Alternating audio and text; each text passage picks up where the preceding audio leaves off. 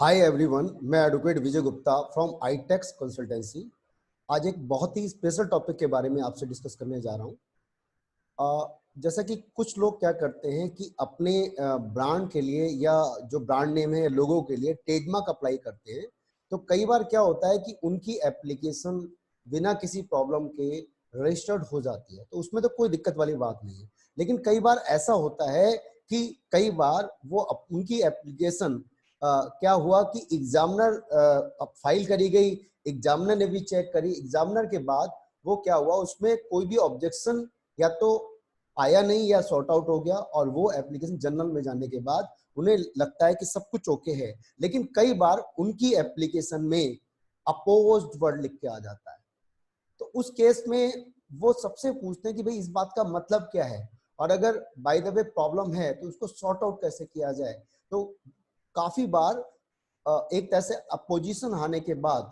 क्या होता है कि जो सामने वाला उसका क्या कहते हैं रिप्लाई नहीं करता, जिसकी वजह से वो जितनी करी कराई मेहनत है वो सारी क्या हो जाती है, बेकार हो जाती है। तो आज हम उसी अपोज के बारे में हम डिटेल से बात करेंगे। तो यहाँ पर चलिए वीडियो स्टार्ट करते हैं। अगर वीडियो आपको पसंद आती है तो प्लीज उसको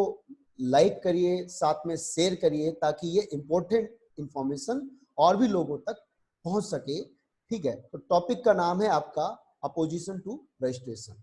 पहली बात इसमें, जैसे पहला पॉइंट हम देख लेते हैं, any person may within 3 months from the date of the advertisement और readvertisement of an application for registration or within such further period not exceeding 1 month in the aggregate as the registrar on application made to him in the prescribed manner uh, on payment of the prescribed fee allow give notice in writing in the prescribed manner to the registrar of opposition to the registration। ऐसा होता है कि जैसे अगर किसी person ने अपनी कोई एप्लीकेशन फाइल करी है, मान लेते हैं कि ब्लू राइडर के नाम से कोई एप्लीकेशन फाइल करी है। अब होता क्या है कि उसकी वो एप्लीकेशन या तो जनरल में पहुंच चुकी है या रजिस्टर्ड हो चुकी है। अब उसके बाद क्या होता है कि एक ब्लू राइडर नाम का कोई और नाम क्या है, अपना नाम अप्लाई करता है। नाम अप्लाई करने के बाद उसकी एप्लीकेशन क्या होती है, जनरल में पहुंच जाती है। अब वहां पर पहले से कोई नाम ब्लू राइडर पहले से क्या कहते हैं एप्लीकेशन फाइल हो रखी है। तो ट्रेडमार्क की टर्म्स एंड कंडीशन ये कहती हैं कि रजिस्ट्रार कभी भी एक जैसे दो नाम, मिलते जुलते दो नामों को रजिस्टर्ड करने की परमिशन नहीं दे सकता। जैसे अगर ब्लू राइडर के नाम की पहले से एप्लीकेशन अगर है और कोई दूसरा बंदा फिर से ब्लू राइडर के नाम की एप्लीकेशन अगर डालता है, तो कहीं ना कहीं उस नाम दोनों नामों को एक साथ रजिस्टर करने की परमिशन नहीं दी जाती। अब मान लेते हैं कि एक नाम रजिस्टर्ड हो गया, या दूसरा नाम भी क्या कहते हैं कि एक तरह से एग्जामिनर ने ध्यान नहीं दिया, जो भी है वो ऑटोमेटिक जर्नल में चला गया। अब जर्नल में जाने के बाद क्या होता है कि जैसे 25 दिन बाद जैसे एग्जामिनर रिपोर्ट आई, 30 दिन बाद, तो एग्जामिनर क्या कहते हैं अगर कोई ऑब्जेक्शन नहीं देता, ठीक है, तो जर्नल में चला गया। तो उसके बाद जो वो एप्लीकेशन क्या कहती है ट्रेडमार्क जनरल में सेंड कर दी जाती है। अब जनरल में सेंड करने के बाद क्या होता है कि नॉर्मल पब्लिक में से कोई भी बंदा जिसको उस एप्लीकेशन से प्रॉब्लम है, वो क्या कर सकता है कि अपना एक ऑब्जेक्शन उसमें क्या कर सकता है, फाइल कर सकता है कि भाई ऐसा है कि जो आप ये नाम आप दूसरी पार्टी को एक तरह से देने जा रहे हो या रजिस्टर्ड करने जा रहे हो, इससे मुझे आपत्ति है कि आप इस पर्सन को ये नाम मत दो। ठीक है, तो वो क्योंकि सीधी सी बात है कि अगर सिमिलर नाम अगर हो जाते हैं तो फिर ट्रेडमार्क डालने का फायदा क्या हुआ। ठीक है, तो उसमें क्या कहते हैं कि एक जैसे एप्लीकेशन जनरल में गई, जनरल में वो एप्लीकेशन 4 महीने रहती है, 4 मंथ रहती है। उस 4 मंथ में से जो फर्स्ट 3 मंथ में, जब जिस दिन से वो जनरल में गई, उसके टोटल 3 मंथ के बीच में कोई भी पर्सन जिससे उस नाम से आपत्ति है, जिसकी एप्लीकेशन पहले से या तो रजिस्टर्ड है या एक तरह से क्या है क्यू में है, तो वो क्या कर सकता है कि जो एप्लीकेशन जनरल में है वो अपना क्या कर सकता है कि एक तरह से वो टीएमओ में नोटिस ऑफ अपोजिशन फाइल कर सकता है, प्रिस्क्राइब फी डिपॉजिट करके और प्रिस्क्राइब मैनर में। मतलब सीधी सी बात है कि उसमें क्या क्या कहते हैं कि वो ऑनलाइन सिस्टम भी होता है और ऑफलाइन सिस्टम भी होता है, कि उसके थ्रू एक तरह से क्या है कि नोटिस ऑफ अपोजिशन दिया जा सकता है। वो नोटिस ऑफ अपोजिशन ऑनलाइन भी दे सकते हैं, ठीक है। टीएमओ फॉर्म होता है, वहां जाके वो एप्लीकेशन दी जा सकती है, ठीक है। नोटिस ऑफ अपोजिशन दिया जा सकता है कि भाई मुझे ये प्रॉब्लम है, और उसकी एक स्पेसिफिक फीस है, मतलब उसकी फीस जो है वो 2700 फीस है, 2700 फीस जमा करके कोई भी पर्सन जिससे उस नाम से आपत्ति है वो टीएमओ फाइल करके एक तरह से अपना विरोध दर्ज करा सकता है, ठीक है। तो विरोध दर्ज कराने की फीस कितनी है? 2700 रुपए, ठीक है सर। और एक तरह से उसकी प्रॉपर ड्राफ्टिंग होती है, मतलब प्रॉपर जो आपने जो नोटिस दिया है उसमें बकायदा सारी चीजें लिखी होती हैं कि भाई ऐसा है कि आप जो सामने वाले को जो नाम जो एक तरह से जनरल में जा रखा है उसको वो नाम रजिस्ट्रार क्यों ना दे, ठीक है। तो कई ये सारी चीजें हो जाती हैं। Next, the registrar shall serve a copy of notice on the applicant for the registration, and within 2 months from the receipt by the applicant of the such copy of the notice of provision, the applicant shall send to the registrar in the prescribed manner a counter statement of the ground on which he relies for his application, and if he does not do so, he shall be deemed to have obtained his application. इसका मतलब क्या है कि जी ऐसा है कि जब हमारी एप्लीकेशन जनरल में गई और जनरल में जाने के बाद विद इन 3 मंथ या सेकेंड एडवर्टाइजमेंट के बाद विद इन 1 मंथ क्या है कि किसी ने क्या किया कि एक तरह से टीएमओ फाइल करके कि आपका एक हमारी एप्लीकेशन को अपोज कर दिया, ठीक है। तो उसमें नोट अब क्या हुआ कि नोटिस ऑफ अपोजिशन उसने रजिस्ट्रार को सबमिट किया, तो रजिस्ट्रार क्या करेगा कि क्या कहते हैं कि वो जो उस नोटिस ऑफ अपोजिशन की कॉपी है वो क्या करेगा कि जो एप्लीकेंट है जिसके अगेंस्ट वो अपोजिशन फाइल करी गई है, नोटिस ऑफ अपोजिशन दिया गया है, उसकी कॉपी जो रिलेटेड एप्लीकेंट है उसको वो अवेलेबल कराएगा। और जैसे ही उस पर्सन को वो कॉपी अवेलेबल होगी उसके 2 महीने के अंदर, मतलब जिस दिन एक तरह से क्या हुआ कि एक आपका नोटिस ऑफ अपोजिशन आया है उसके विद इन 2 मंथ, मतलब जिस दिन से अपोज लिखा हुआ है उसके 2 महीने के अंदर उसका क्या होता है कि जो रिलेटेड पर्सन है जिसकी एप्लीकेशन अपोज की गई है, ठीक है, उसे क्या करना पड़ता है कि अपना एक आंसर सबमिट करना पड़ता है, एक काउंटर स्टेटमेंट, अपना बचाव वाला जो वो है वो स्टेटमेंट वहां फाइल करना पड़ता है। तो वो भी क्या होता है कि जो टीएमओ फॉर्म फाइल किया जाता है उसके थ्रू क्या करते और प्रेस्क्राइब फी में और प्रेस्क्राइब मैनर में क्या कहते हैं कि वो जो फॉर्म है वो सबमिट किया जाता है। उसकी प्रॉपर ड्राफ्टिंग होती है, प्रॉपर सही लैंग्वेज होती है। अगर उसमें जरा भी आपका क्या कहते हैं कि वो लैंग्वेज गलत हो जाती है तो वो जो आगे जाके आपकी जो एप्लीकेशन के लिए बहुत बड़ी प्रॉब्लम खड़ी हो सकती है। मतलब उसमें इस तरह की लैंग्वेज यूज होती है कि सीधी सी बात है, अगर सामने वाला बंदा कह रहा है कि जी ऐसा है कि इसने जो है कि ये जो नाम है ये मुझसे मिलता जुलता है, तो पहली बात तो अगर नाम थोड़ा डिफर है, जैसे हम मान लेते हैं एक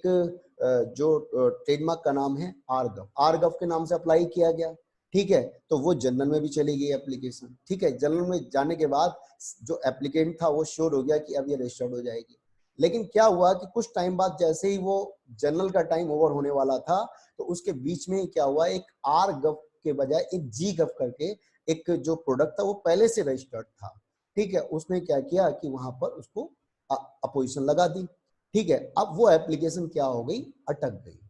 अब है क्या कि जैसे जिस डेट में वो एप्लीकेशन अपोज की गई, नोटिस ऑफ अपोजिशन दिया गया, उसके क्या कहते हैं कि 2 मंथ के मतलब विद इन 2 मंथ 2 महीने के भीतर उसका काउंटर स्टेटमेंट फाइल करना जरूरी है। अब आप देखो ना वहां पर नाम क्या है, एक जो एप्लीकेशन फाइल हुई उसका नाम है आर गव और दूसरी एप्लीकेशन का नाम है जी गव, कोई मैचिंग नहीं है, ठीक है। लेकिन वो कह रहा है जी गव गव कॉमन है और ये क्या कहते हैं इससे भ्रम पैदा हो जाएगा, ऐसा हो जाएगा वैसा हो जाएगा, ठीक है। या हमारा वो सेम जो गुड्स जो हम बेचते हैं वही गुड्स वो बेच रहा है, ठीक है। और क्या कहते हैं कि मैं इससे पहले से काम कर रहा हूँ, मतलब कहीं ना कहीं अपने को एक सॉलिड बताने की कोशिश करेगा, ठीक है। या जैसे क्या कहते हैं कि कोई एप्लीकेशन पड़ी, वो एप्लीकेशन डाली गई मान लेते हैं ब्लू राइडर के नाम से। अब ब्लू राइडर के नाम से जो एप्लीकेशन डाली गई तो अब वहीं पर एक दूसरा बंदा जो क्या कहते हैं बाद में, पहली एप्लीकेशन बाद में अपनी एप्लीकेशन डालता है, मतलब वो एप्लीकेशन एक तरह से एग्जामिनेशन में चली जाती है, वो क्या कहते हैं फॉर्मेलिटी, मतलब एग्जाम जर्नल में चली जाती है, और दूसरा बंदा उसके बाद अपनी एप्लीकेशन फाइल करता है ब्लू राइडर के नाम से, और उस क्या कहते हैं, लेकिन दोनों का जो गुड्स था वो कॉमन है। अब उसके बाद वो जो पहला वाला बंदा है, जो दूसरा बंदा जिसने एप्लीकेशन फाइल करी है, उसकी जो जैसे ही वो जो एप्लीकेशन है वो फॉर्मेलिटी चेक पास होती है, तो वैसे ही क्या कहते हैं, और फॉर्मेलिटी चेक पास होने के बाद एक बात और, वो एप्लीकेशन ऑब्जेक्शन में फंस जाती है, जो दूसरा बंदा जो ब्लू राइडर फाइल कर रहा है, और उसके बाद वो जो अपने जो अटॉर्नी है उसके थ्रू उस जो पहली वाली एप्लीकेशन है उसको अपोज करा देता है, मतलब अपोज लिख के आ जाता है, नोटिस ऑफ अपोजिशन देता है 2700 फीस देके, ठीक है। और उसमें मतलब क्या क्या रीजन दिए जाते हैं कि जी ऐसा है कि जो ये जो नाम है ये इस बंदे के बजाय हम पहले से यूज कर रहे थे, पहला रीजन। अब उसके लिए वो क्या करता है कि एक बिल सबमिट करता है पहला वाला, और मजे की बात उस बिल में वो क्या करता है, ऊपर से ओवर राइटिंग, मतलब जैसे बिल जो था बिल प्रॉपर नहीं था, उसमें बिल था पुराना बिल, जो बहुत पुराना बिल निकालता है, ठीक है। तो उसमें यूजर सर्विस दिखाता है, तो उसमें जो डेट है वो काफी पहले की डाल देता है, ठीक है। तो मतलब जैसे बिल था, बिल में कोई भी ब्लू राइडर नाम नहीं लिखा हुआ था, ठीक है। वो ऊपर से ओवर राइटिंग करके उसमें ब्लू राइडर प्रूफ करने के लिए बना देता है कि मैं ये जो प्रोडक्ट है ये पहले से यूज कर रहा हूँ। अब ऑब्वियस है कि जब वो चीजें आमने सामने आएंगी, मतलब जब रजिस्ट्रार के पास वो चीजें आएंगी, तो अगर ये जो क्या कहते हैं कि दूसरा बंदा जिसने क्या किया है कि काउंटर स्टेटमेंट फाइल किया है, अगर वो इस सब चीजें प्रूव करने में सफल हो जाता है, तो ऑब्वियस है कि ये बंदा क्या कहते हैं, इस बंदे का नाम अप्रूव हो जाएगा और उस बंदे का नाम कैंसिल होगा कहीं ना कहीं, ठीक है। लेकिन यह है वो क्या उसने क्या किया, क्या गलत एप्लीकेशन फाइल करी। पहली बात तो अपनी उसकी एप्लीकेशन बाद में फाइल हुई, उस बंदे की एप्लीकेशन ऑब्जेक्शन में पड़ी हुई है, ठीक है। और उस जो एविडेंस प्रेजेंट कर रहा है वो भी गलत प्रेजेंट कर रहा है, उसमें ओवरराइटिंग करी गई है। प्लस वो ये दे रहा है कि जी ऐसा है कि ये जो पहले एप्लीकेशन पड़ी है उसको रोकने के लिए कह रहा है कि जी ऐसा है मैं नाम पहले से यूज कर रहा हूँ, ये मेरी गुडविल को खराब करने की कोशिश कर रहा है, जबकि हो उल्टा रहा है, ठीक है ना। तो ये जो सारी चीजें हैं, तो वहां पर जब उसने नोटिस ऑप्शन में क्या है कि वो सब तरह से आपको ये साबित करने की कोशिश करेगा कि आपके एप्लीकेशन के बारे में कि ये एप्लीकेशन जो है ये नाम इनको ना दिया जाए, और ये नाम एक तरह से मैं पहले से यूज कर रहा हूँ। तो जो काउंट उसके बाद क्या होता है, जो काउंटर स्टेटमेंट फाइल होता है उसमें भी प्रॉपर, मतलब जो ड्राफ्टिंग बहुत प्रॉपर होनी चाहिए, उसमें एक एक जो उसने पैराग्राफ लिखा है उस एवरी पैराग्राफ के हिसाब से उसका आंसर सबमिट करना पड़ता है, और उसमें यह देना पड़ता है कि इसने जो भी बोला है वो सारा गलत है, ठीक है। और कुल मिला के कि मेरी जो एप्लीकेशन है बिल्कुल ठीक है, ठीक है। तो यहाँ पर ऑब्वियस है कि अगर ये जो ब्लू राइडर जिसकी एप्लीकेशन पहले फाइल हुई है और जिसके अगेंस्ट अप्रोच कर दिया गया, अगर उसका अटॉर्नी प्रॉपर सारी चीजें रख देता है तो सीधी सी बात है ये नाम क्लियर हो जाता है। लेकिन होता यह है कि एक बार जब एप्लीकेशन अपोज में जाती है तो सामने वाले का अपोज में डालने का मतलब ही यही होता है कि सीधी सी बात है कि जिसकी एप्लीकेशन अपोजिशन में फंसी है वो बहुत हद तक वो अपोजिशन फाइल करता ही नहीं है या करवा नहीं पाता, या जिससे वो डलवाई है उसको उसका काउंटर स्टेटमेंट फाइल करना नहीं आता, ठीक है सर। तो ये जो सारी चीजें हैं कि पहली बात तो ये ध्यान रखना है कि जब वो एप्लीकेशन क्या कहते हैं अपोज में जाती है, ठीक है, तो जिस डेट से वो अपोज में गई है उसके विद इन 2 मंथ, 2 महीने से पहले उसका काउंटर स्टेटमेंट फाइल होना चाहिए। फिर इसका फीस होती है 27 रुपए एक फीस जाती, बाकी जो लॉयर जो फाइल करेगा क्योंकि उसको ड्राफ्टिंग करने में अच्छे खासी मेहनत लगती है, वो भी 2-2,500 रुपए अपने एक्स्ट्रा लेगा, मतलब कुल मिला के 5,000 के आसपास का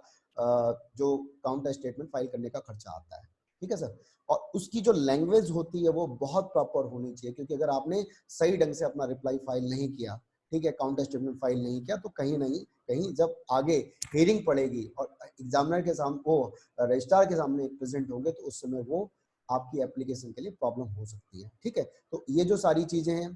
अब इसमें जैसे थर्ड पॉइंट आ जा रहा है, if the applicant send such counter statement the registrar shall serve a copy thereof one person giving notice of obligation. होता यह है कि जो रजिस्ट्रार का काम क्या होता है, जैसे मान लेते हैं जनरल में गई, अब ए और बी दो लोग हैं, तो अब ए ने क्या किया कि बी को अगर नोटिस ऑफ अपोजिशन दिया तो वो ऐसे तो पकड़ाएगा नहीं हाथ से, वो क्या करेगा, उसका प्रोसीजर क्या है कि वो ऑनलाइन जो डिपार्टमेंट की जो वेबसाइट है उसमें सब सबमिट करेगा। तो एक जैसे ही रजिस्ट्रार के पास वो चीज आएगी तो उसकी एक कॉपी वो क्या करेगा, उसको इन्फॉर्म करेगा, भाई ये नोटिस ऑफ अपोजिशन आया है और इसका क्या क्या करो, इसका रिप्लाई फाइल करो, काउंटर स्टेटमेंट फाइल करो। और होता यह है कि जब उसका काउंट जैसे क्या कहते हैं कि जो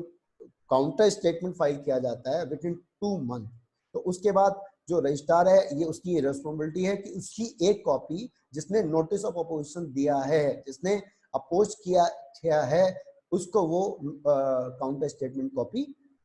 उपलब्ध कराए, अवेलेबल कराए। ठीक है, जब दोनों को वो कॉपी मिल जाती है तो उसके बाद क्या होता है, चलिए आगे देखते हैं। Fourth, any evidence upon which the opponent and the applicant man rely shall be submitted in the prescribed manner and within the prescribed time to the registrar, and the registrar shall give an opportunity to them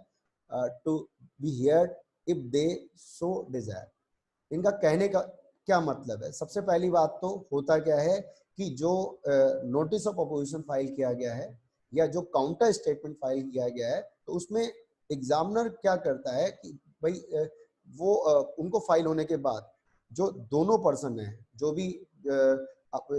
applicant है या जो opposite party है, दोनों क्या करते हैं, अपने अपने एविडेंस, प्रॉपर एविडेंस वहां पर क्या करते हैं, वो